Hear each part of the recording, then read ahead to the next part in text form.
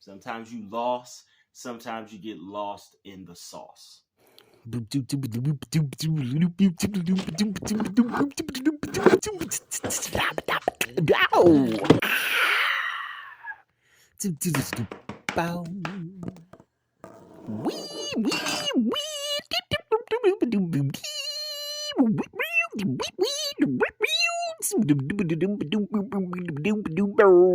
Wow.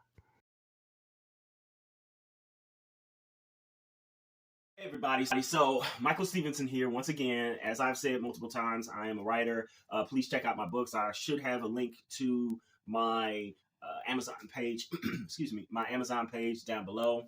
Check out some of my other videos, and especially check out some of my other entertainment industry videos. So this is yet again another entertainment industry video. So today I want to have us expand our vocabulary a little bit more to build up this shorthand between you and I and let you know what I'm thinking about some things, right? So this is going to be, I'm probably going to divide this video in half. So, because the second half is going to feature not really a full critique of a film, but it is going to feature some discussion about a particular film, okay, that falls directly into this line of thinking that we're going to go over, okay? So a little bit of history. You probably have already seen the title. You're wondering what it is, and you're probably thinking that it is something else, which a lot of people have tried to say and tried to make it into. But trust me, you know, I'm a little bit better on branding, okay? Because this thing is on brand super well. The way in which I use it encapsulates everything that it should be. It encapsulates everything that I'm feeling. A little history lesson for you guys, and this is for later born millennials, but mostly for Gen Zers, some of our younger viewers out there, as well as some alphas. Older millennials, Gen X, Gen Z, you already know what was going on because you lived through it. In the 1990s, the internet finally became a thing. Of course, the internet had been around for years and years and years, like since the 60s, but it didn't actually become public until somewhere around the 90s, and it didn't go full force, I guess you can say, Super Saiyan, to use a DBZ term. It didn't go Super Saiyan until the late 90s. And the invention of AOL, like America Online would send out these tons of discs so that you have free discs, put them into your computer, get free internet, couple hours of internet, whatever, and then you have to subscribe after that because they were one of the only internet providers out there. During those early days of the internet, you had a few things. You had a few companies popping up here and there. We went through a dot-com bubble, as they called it, which burst, I think, in 2000, somewhere in there. I can't remember the specific year. I think it was 2000, maybe 2001. It was just a whole bunch of people trying to figure out what this new wild, wild west of a thing was, what the internet was, how to use it, how to make money off of it. And not a lot of people succeeded. Of course, from that whole wild, wild west thing, you got stuff like PayPal, Amazon. I think eBay also came out of there. It might have been a little bit later, but I think a few people came out of there. So there were a few winners and there were a lot of losers. But on a non-business side, there were a lot of people trying to figure out how to use the internet for themselves. Just, you know, being on the internet, being on this potentially vast treasure trove of either information or connectivity or et cetera, et cetera. And frankly, most people struggled. Like, during the 90s, the internet, I hate to say it, was kind of used for mostly just one thing and one thing only, and it's still used for that a lot today. You guys know exactly what I'm talking about. Mush mush videos. Let's say that. I have never called it mush mush, but here we go. And then outside of that, you kind of had some people who were, I guess, sort of talking to other people, but it was still very much so a weird thing to do, to be on the internet talking to other people for however long. They had essentially taken the old idea of a party line, which that's going super back. That was even before my time. They had taken that idea and they had put it online to create these sort of message boards. But even then, the message boards were oftentimes scarce, or they were spread out as far as like time went, right? So what you would have is that you would have somebody leave a message on a board, and then somebody maybe hours and hours later would respond to that message. So it was a huge time gap, so to speak. Honestly, we were looking for things to unite us. And so one of the things that almost always unites us is entertainment. But even still, it wasn't a whole lot of people coming to the internet specifically to be united for entertainment. All of this to basically say that the internet we have today, that you think of, that you know of, where you can go onto YouTube, you can go online, and there's tons of resources, and there's a wealth of information, and you can talk about films or video games or whatever with somebody almost all the time, 24/7, did not exist. It just didn't exist in the 90s. And it barely existed in the early 2000s. And then a strange thing happened. A funny little show came along, and the show was called Lost. Now, at this particular time, I know what some of you are thinking. Some of you who are a little bit older are saying, oh, that's not true. You're miscategorizing things. You're leaving out some history here, or that's not really the facts, et cetera, et cetera. I can guarantee you that it pretty much, for the most part, is the facts. Like, I hate to say it like that. And yes, everybody had their own little different experience. But you look at some of the statistics, some of the infographics that we have there, which unfortunately I don't have on hand right now. I wish I did, but I taken a picture of them. It's a long story. I had taken a picture of them. I lost the pictures, but here we are. I guarantee you that it was partially the truth. And so I say, and I give a lot of credit to Lost because of the fact that when you look at it and onward, kind of changed essentially everything for everybody. So you have to think that there was MySpace, and Facebook had, I believe, only just really started and got going in 2003, 2004, somewhere in there. But MySpace and Facebook, they didn't have the kind of draw to them to just get people onto the internet and doing that as much as Lost did. Now, what is Lost? Well, most of us know, if we're not super young, if we're not alpha, most of us know that Lost was this little show on ABC, which premiered, I believe, in 2006, or it might have been 2004. Yeah, it was 2004. Now I think about it. It was 2004. It premiered, I believe, in 2004, and it was a show produced by J.J. Abrams, and I believe the main writer was Damon Lindelof. I think he was the creator. And so the show came on around the absolute perfect time because the world was becoming an increasingly more global place. There was a lot more flattening of economies. There were a lot more people who wanted to see themselves being represented on TV, in media in general. And this was a show that was, for all intents and purposes, could be a draw for just about everybody, every walk of life. If you recall, and let me preface this by saying that I actually was never a fan of Lost, mainly because I didn't catch Lost from the first episode. You got to remember that this was back before we really had DVRs and TiVo and all that stuff, before that was really a super hot thing. So you literally, back in the day, actually had to choose between which shows you wanted to watch. And I don't remember what I chose to watch at that time, but I chose to watch something else over Lost. So I missed the whole first season, and I was unable to catch it because at that time it wasn't in reruns. It wasn't it was syndication. It wasn't in syndication or anything from what I could tell. So I just had to skip pretty much the whole season, but I did finally watch the last season of it, and this is why I'm basing it off of these things. So know and understand, people, that I'm going to first just explain what Lost is and some of the things that happen.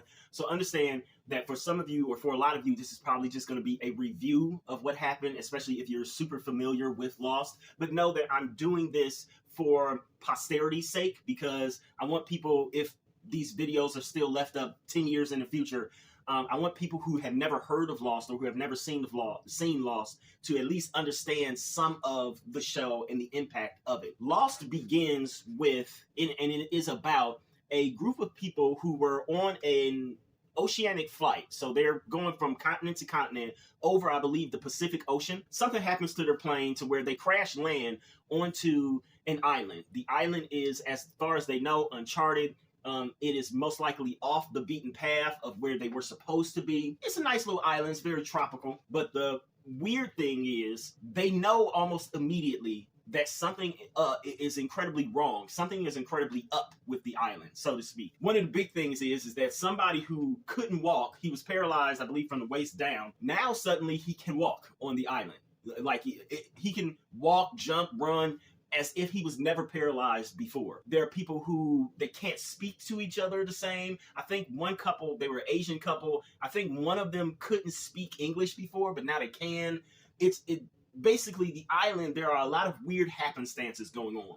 And as they explore the island more, they come to find that there are more and more strange oddities, more mysteries about the island. Lost became a phenomenon. When it came on, it became a phenomenon. People became obsessed with this show.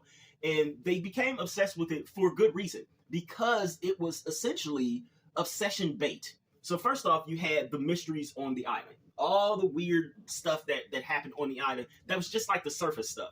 It was a tropical island, but apparently it had polar bears.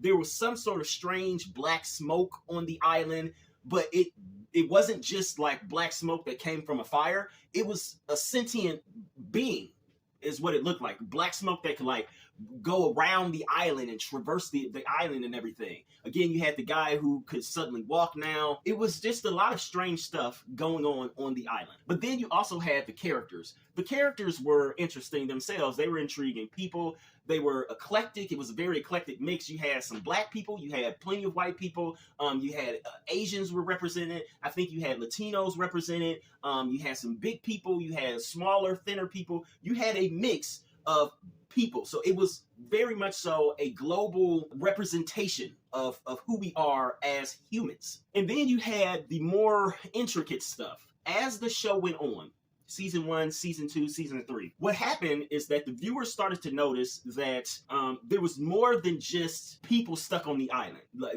as far as the show went. The creators decided to make this show into something, or tried to make it into something greater than the sum of its parts. So you had references to religion, you had references to philosophy, you had references to mathematics and psychology, and you had all of these different things, which were, for lack of a better word, they were very, very much so intelligentsia bait. Okay, they lured in people who think that they are of a higher intelligence, or who are of a higher intelligence, to try to solve the mysteries of what was going on. And again, you had a lot of people coming up with theories and ideas. Each person who watched the show had an idea about what the island was, about where the island was, and about why these people seemed to be trapped there. And then, of course, you had another thing, which is incredibly interesting, is that Lost also changed the language of TV. Now, I'm going to talk about the language of a TV show in another video, but essentially what it was is that before Lost, you very rarely saw this, almost ever. What they did is that they would have, number one, they would follow one or two main characters for each episode. They would follow that character throughout the majority of that episode. And then the second thing that they did that you rarely saw is that they would have a flashback with that character, and they would go from having the flashback to going back to the island to having the flashback again to back to the island. They jumped back and forth. And it wasn't just that they were doing that, but they applied how the circumstances of the character's past influenced the character today. That was essentially something that had, for the most part, it had never really been done on TV, at least not in the way that they did it. And they maintained that throughout the majority of the series. Now, you weirdly enough seem to see that almost all the time now, where it's like they're going to jump back and show the past of this character as they grow or as they live, whatever, and then jump forward to what they're doing now and how that has influenced them. Before, very rarely saw it. You maybe would see one flashback, and the flashback would last for maybe a minute at the most. It definitely wouldn't go all throughout the show. Lost came in not only with its own language, but it came in with all the intelligence bait, all of that stuff. And that produced an environment in which people were obsessed with the show. And people were so obsessed that they felt like they needed to know what was going to happen next. But even more importantly, they wanted to know if anything, like if they had missed any sort of clues, any sort of hints that were about what was going on with the island. So this brought people to the internet in a big way. There were message boards suddenly lit up. And while there were communities that had a lot of different, while there were a lot of different communities, like there was a Star Wars community online, there was an anime community online, nothing became as big as the Lost community online, trying to figure out every single mystery of the island and what was really going on. It became a pastime for people, not just in the US, but literally around the world, wherever the show was streamed or wherever the show was shown. And then a funny thing happened.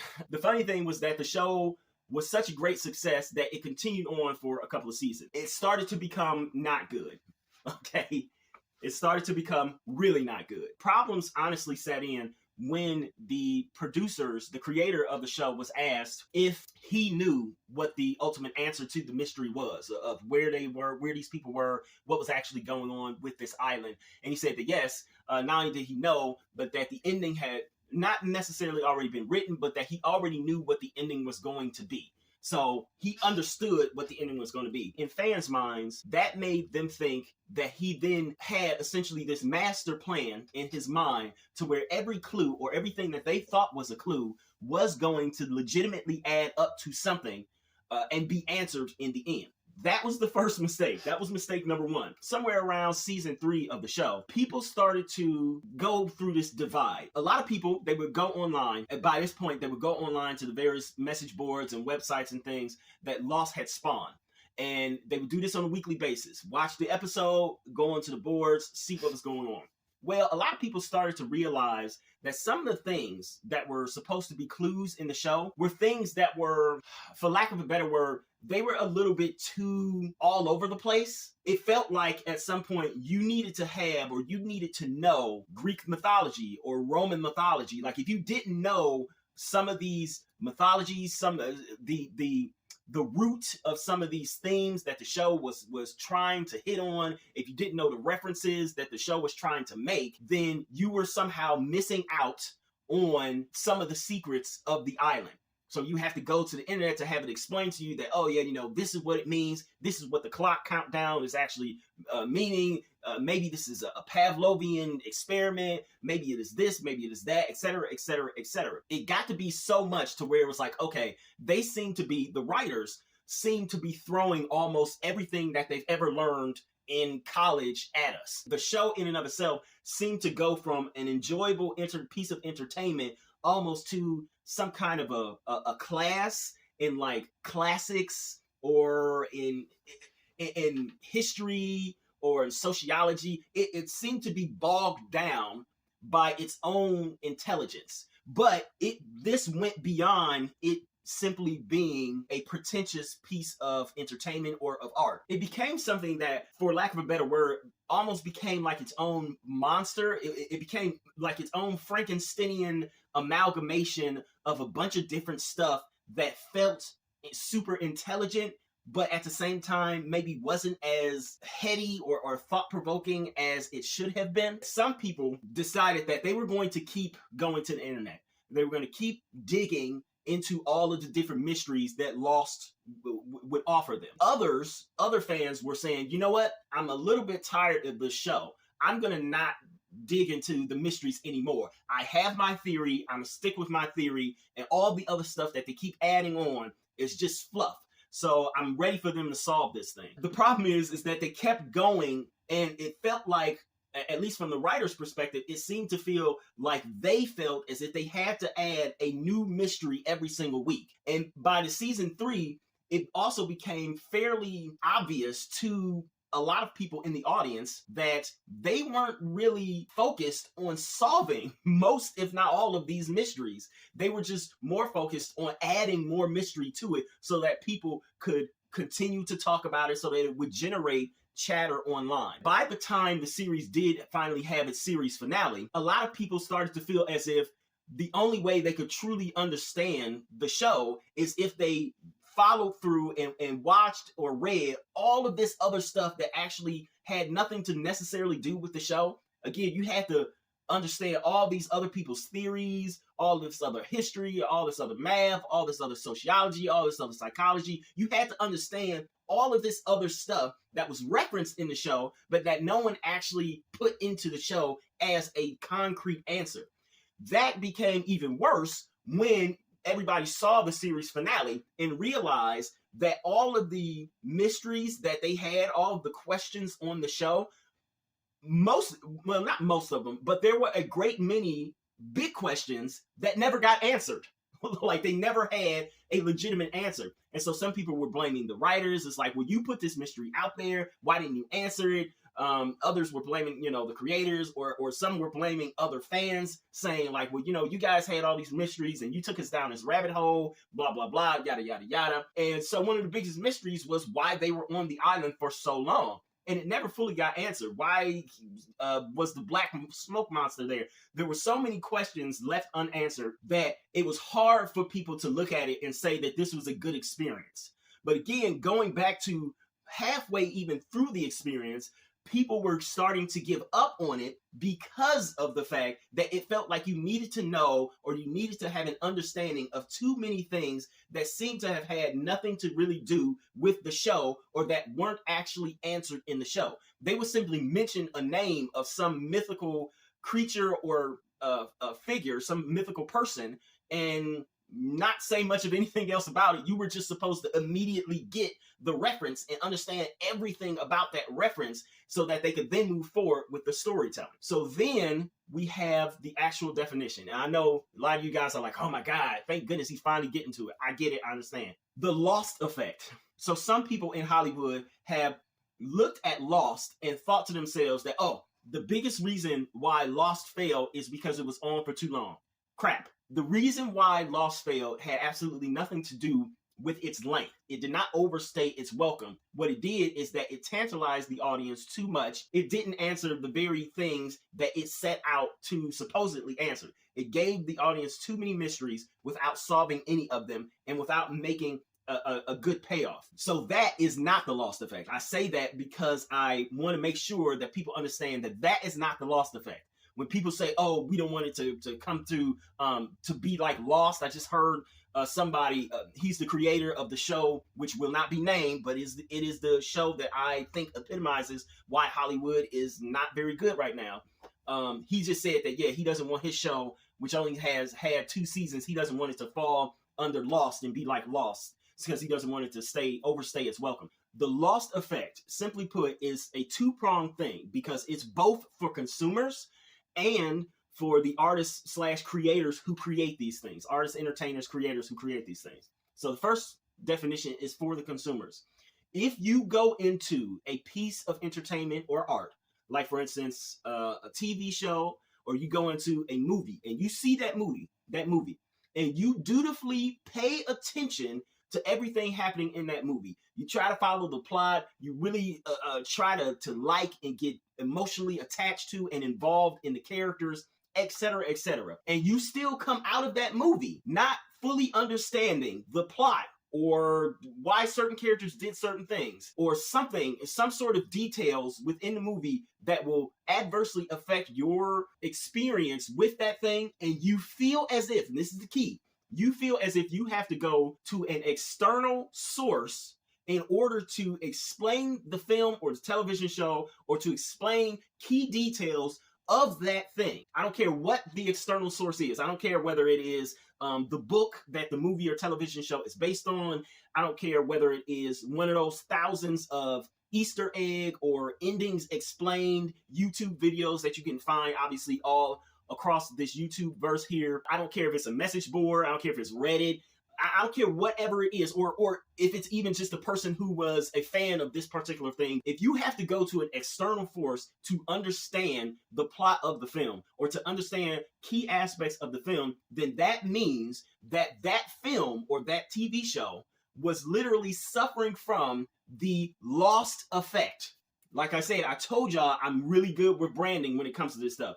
It was suffering from the Lost effect because you quite literally got lost inside of the plot. You couldn't figure out like what was going on. Why is this character doing this? Why is this happening? Why is this happening? Again, if you go into any sort of film or TV show and you come out sounding basically like, and I hate to say this, but Jimmy Fallon actually made this joke a few years ago, and my mom told me about it because she watches Jimmy Fallon, and I was like, oh yeah, that's you now. If you go in and you come out as a 60-something, 70-something year old woman, and all you did the whole time was sit there and ask your child, your son or your daughter, what's that mean? What's going on? Who are those people? Why is this happening?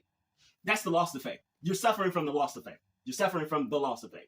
Conversely, on the creator side, on the artist and entertainer side, what it can oftentimes feel like, especially for some consumers, is that the artist, the entertainer, the creator of this particular piece is trying to put so much stuff in there, trying to dump so many things, so many references, trying to show how intelligent they are, show how smart they are, that they literally at some point lose sight of either the main theme and or the main character and or the main plot line, the main storyline. They literally also get lost, and to use a term from the streets, they get lost in the sauce of the story. They put so much stuff in there. They try to do so much stuff that they then forget why the story either even exists, or they forget all of the mysteries that they put in.